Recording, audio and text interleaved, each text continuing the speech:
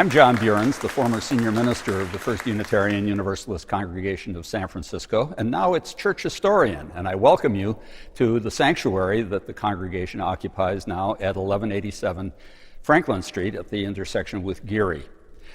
People here often are amazed that our sanctuary seems to go back to the beginnings of the congregation's history in 1850, but in fact this is the third meeting house that Unitarians in San Francisco have occupied. The first building was downtown on Stockton Street between Clay and Sacramento, and was used between the years 1853 and 1864. And then when Thomas Starr King, perhaps the most notable minister in the congregation's history, made such a huge impact on the state that he was for many years in Statuary Hall at the U.S. Capitol as one of the honored leaders of the state.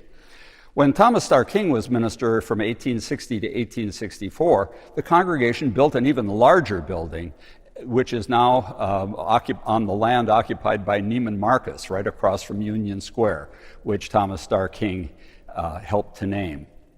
You'll notice that there are some Gothic chairs on the chancel, and that the pulpit and the lectern also seem to be of that style. Indeed, that was the style of the church on Geary Street at Union Square.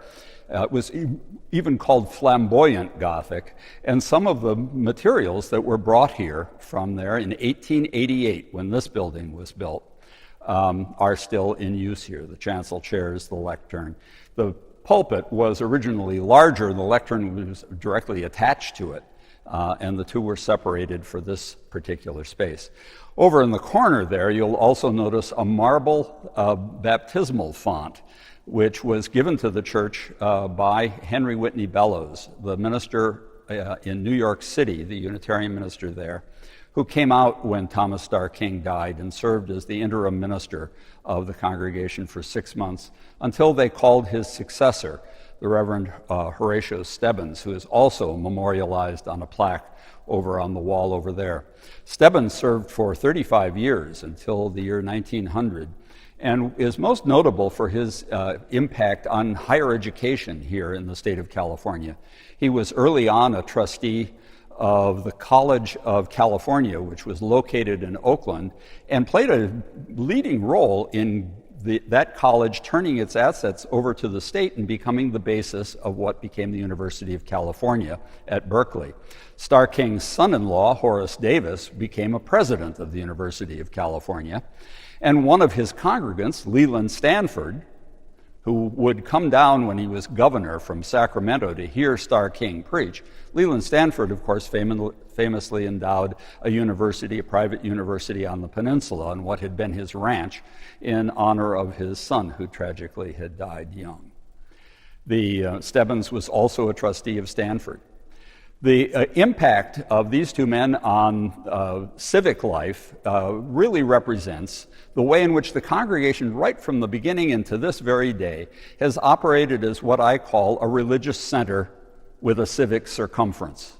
And a little later, we'll go out and see the Unitarian Universalist Center, which the congregation constructed in the 1960s as a way of representing its desire for the whole community of San Francisco to regard this home for this very democratic, very open, and very diverse congregation, to promote discussions about the public good, to arts groups, civic groups of all sorts. To this day, we maintain a forum on public affairs every Sunday morning before worship, and I am always delighted when I see people who have come here for an arts program or something else realize that really this is such an open and non-creedal congregation. It's a place where I could become more involved even as a member.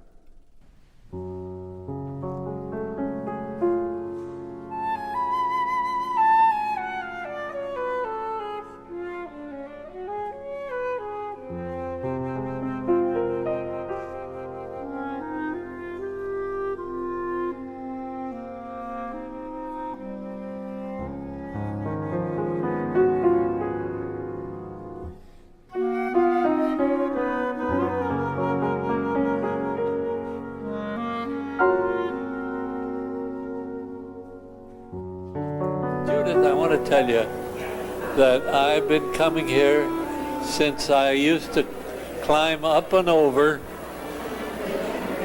I used to climb up and over the tombstone of Thomas Starr King until my parents admonished me not to do so. So that tells you. That plus the lack of adornment on the top of my head tells you something about my history and the church's history. I grew up in this place, and it's a lovely place. My parents were married here in 1894 by Horatio Stebbins. Right? They weren't married in the sanctuary. They were married in what was then called the Sunday school rooms, which were located just out there yonder in the court. And I came along about 12 years later, but I was never baptized here. I wish I'd been baptized here. My sister, who preceded me by 8 years, was never baptized either until one day she went to her parents and she said, "Mama and Papa, I want to be baptized." And so they said, "You do?" And she said, "Yes, all the other children have been baptized. Why can't I be baptized?" And so it was arranged that she would be baptized. She was then in her teens, and I think it was Dr. Dutton who baptized her. And how about yourself? And I never have been. Ever? No. Well, But I am a third generation Unitarian because my father and mother were Unitarians here in this church. And his mother, my grandmother, was so much interested in what Dr. Dutton had to say. She is a Vermont lady and 83 years old, and she said, "I believe I'd like to join that church." Now, she came from Peacham, where she was a member of the Congregational Church in Peacham, Vermont. So I'm a third generation. My daughter is a fourth generation Unitarian in Morristown, New Jersey. And her daughter, my granddaughter, is the fifth. So that's our connection. I sang in the choir. I served as an usher.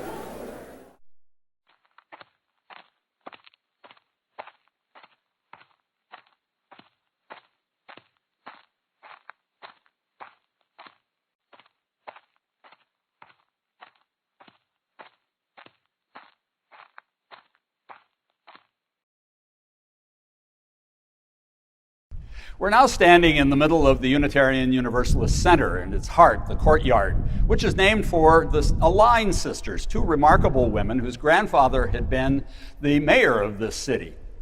Like the city of San Francisco itself, the fortunes of the congregation, the economy of the city, have gone up and down through the years. The Great Depression and the World War II years were extremely difficult.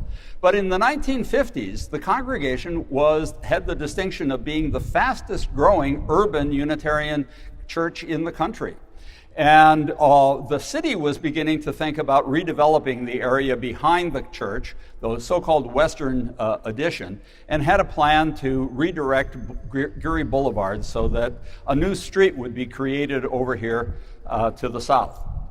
Well, the congregation developed a master plan that could only be fulfilled with a good deal of money. And then in 1963, the Align sisters' bequest came to the congregation really rather unexpectedly. The remarkable amount of $1,800,000. And to translate that into today's dollars, you'd have to add at least another zero, if not a bit more. So the congregation suddenly found itself with some existing resources, almost $2 million to spend, and there was a great debate about how to do it. Some people wanted to establish a foundation for good works in the community. Others wanted to build senior housing on this site. That might have been a good idea. Both of the ministers were a little bit worried when the congregation decided to go ahead and spend almost the entire amount of money building a community center that would be open to various groups within the city as a whole. The Unitarian Universalist Center celebrated its 50th anniversary just last year because it was dedicated in 1968 during the ministry of the Reverend Harry Schofield.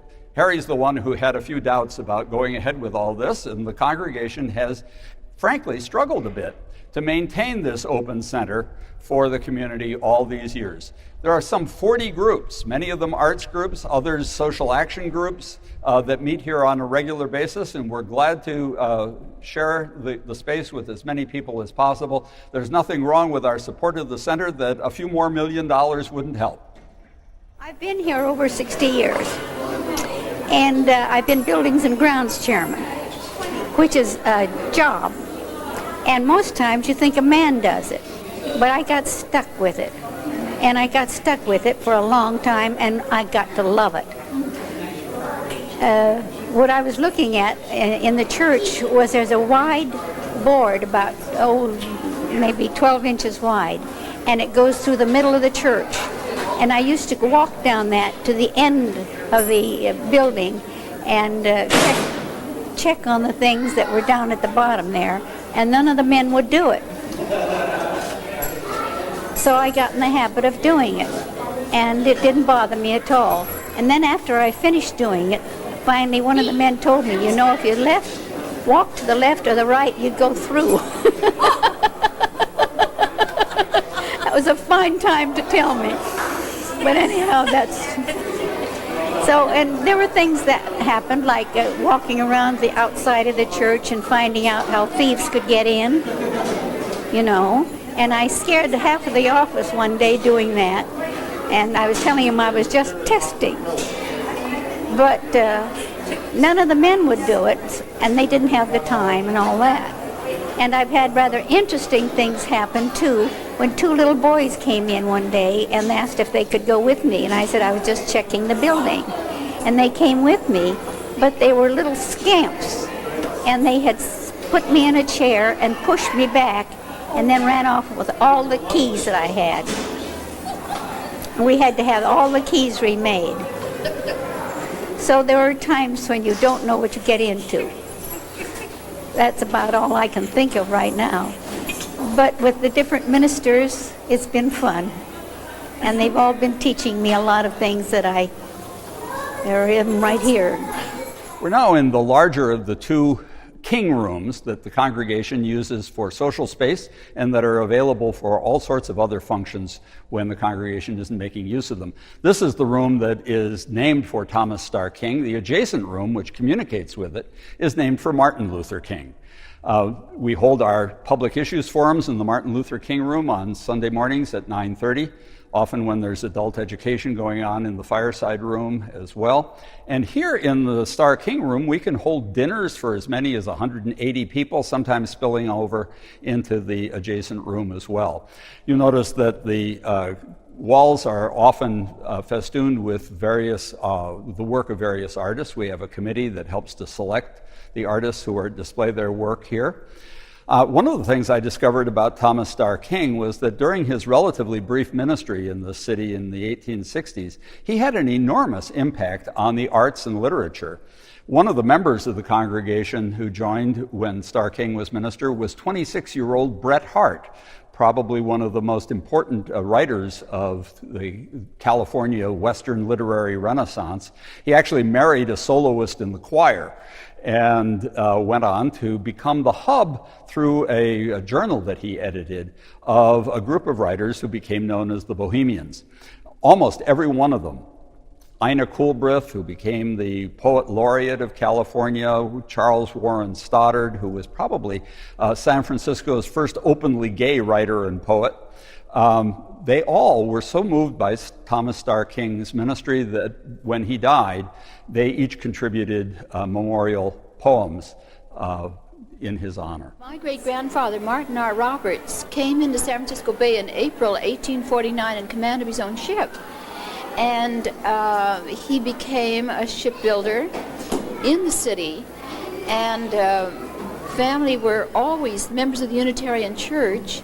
He was already married when he came, and his wife joined him a little bit later, walked the isthmus with her baby, and they lived on his ship out in the bay for quite a while. And then he built a mansion at Stockton and Washington Streets. And I think that he showed his strong community feeling and his Unitarianism. He had run away to sea as a boy, and he knew the terrible conditions for sailors. And he organized, as I understand it, a sailors' union to help to better the conditions of sailors at sea.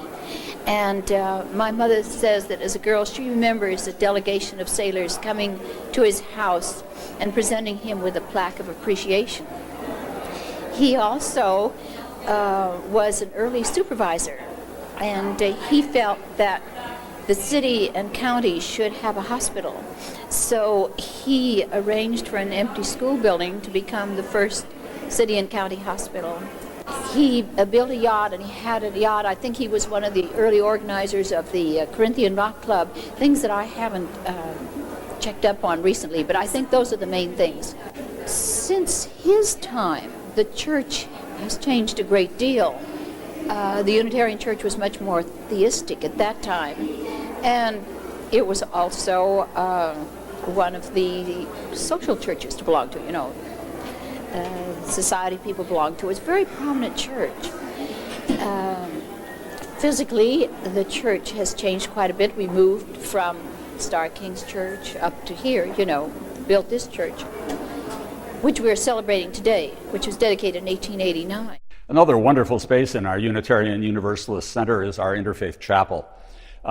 It's decorated with banners representing the diversity of the world's faith traditions that were executed by women in South Africa. For the last 20 years, the congregation has maintained a very vibrant relationship with a women's group in one of the poorer communities just outside Johannesburg. It's where our Minister Emerita, Margot Campbell-Gross, did her sabbatical 20 years ago in the height of the AIDS epidemic in South Africa, working with these women. They now earn a lot of their livelihood through needlecraft, and we were delighted to be able to commission their work on these symbols of the world's faith traditions. Our bell choir also wears stoles that were executed by the women of Copenhagen. And last year, our choir, along with the alumni choir of Cal Berkeley, 60 voices strong, traveled to Copenhagen and other places in South Africa, and I was able to accompany them on that. One of the riches of this congregation is the partnerships that we have developed over the years that help to extend our ministry in many different directions, from the Faithful Fools, who do a ministry of accompaniment in the hardest hit area of homelessness in San Francisco, in the heart of the Tenderloin, to the Women of Copenhagen, to Up on Top, an organization that was created here in the congregation to provide free to low cost after-school care and childcare for people in the Tenderloin and in the Western Addition. It's still up and going and uses the space above our religious education rooms that during the week are also occupied by a very internationally oriented Montessori school. So we invite you to make use of the chapel anytime that you're here in the building and it's available. Well, I came to the church in 1957 and succeeded Harry Meserve, who was then the minister. And I recall that the building was in somewhat, shall we say, dubious state. And Harry Meserve said, well, when I came, the building was in worse state. He said you would flush the toilet in the men's room, and then you would race down the hall to stay ahead of the water. Now, knowing Harry well, I'm sure he dressed that story up a little bit, but it illustrates an aspect of church buildings that we don't always think about. I think that we often overlook the importance of place. And I was delighted, for example, as I always am, to see the small children in the church, because I think the children get something out of being in a large space that they don't get anywhere else. And I know to have a place to go to. This church has been a very significant place, not only for its membership, but for many people in the city who are not members, but have a kind of a friendly identification with us. For example, after the assassination of John Kennedy, we decided we must hold a service. It was announced, as I recall, in church on Sunday, and just a tiny line somewhere in the newspapers on Monday, and yet over 1,000 people came to this place for that service. And it illustrated to me the importance in times of crises, personal crises or national crises, to have a place to which you could go and where you could grieve and share with others. So I've been very important, very much influenced, in my view, by tragic events that have shaken the city, like the assassination of Milk and Moscone, and how at times like these, people who perhaps ordinarily do not come to church come to the place where they feel they can get perspective and where they can be with others and can grieve and can celebrate. So that's, I think buildings are buildings of this sort, I think the older they are, and the more they gather about them, a certain quality. And I had that feeling very strongly this morning as we celebrated our 100th. Places are important. It's important that there be a cathedral. It's important that there be churches like this. And there are a lot of intangibles, but they're very real if you stay with the city or the community long enough to feel them. We're here in the Schofield Fireside Room, named for the Reverend Harry Schofield, who was minister of the congregation from 1954 to 1972. It was under his leadership that the congregation built the present center. I often teach in this room. It's a wonderful space for adult education, but many other things go on in the room as well, including small gatherings, meditation. We share the space with a Buddhist Sangha that has sittings in this space as well as in the Star King room. And I'll show you some of the other spaces that make up our center in just a few moments. We're 100 years old, and our sanctuary is 100 years old, and we're on this site for 100 years, although the more modern part is only 20 years. We acquired some property back at the time of the Western Addition when the city had the redevelopment project offered, and we were able to acquire land cheaply. And then through the bequest of Lucy and Edith Aline, which was a considerable amount of money, and after a vote by the congregation, we decided to go ahead with the building of this beautiful center. There were some opposition votes to that building project, but I think overall it was a good decision, and we're enjoying the property very much. I'm dressed in this theatrical type costume, which was lent to me by a devoted drama student named Tony Gable, who created the costume. And Tony Gable's costume, right? She she portrayed Julia. Maybe I'm not sure she portrayed it, but it was used in the portrayal of Julia King, who was Thomas Starr King's wife. And he was our minister, as you may know, from 1860 to 1864, when he died at a very young age. I'm currently the archivist of the church, and it's been a very educational role, because I have really enjoyed and acquired a tremendous respect for old documents and photos, and it has alerted me to be mindful of the history we are creating today and every day, so that I go around thinking, shall I preserve this piece of paper, that piece of paper, this photo? And I look at it, everything, as someone would 100 years from now. So it's an exciting kind of role to be playing, and I'm enjoying it tremendously. When Thomas Starr King died in 1864, the congregation decided to create this sarcophagus, which was originally outside the church down on Geary Street near Union Square. It was moved here when the congregation moved in the 1880s, and in due time, the state of California placed a historic plaque saying, "Sarcophagus of Thomas Starr King, Apostle of Liberty, humanitarian, Unitarian minister, who in the Civil War bound California to the Union and led her to excel all other states in support of the United States Sanitary Commission, predecessor to the American Red Cross." His statue, together with that of Father Junipero Serra, represents California in the national capital. His name is borne by a Yosemite Peak, a man to watch over our mountains.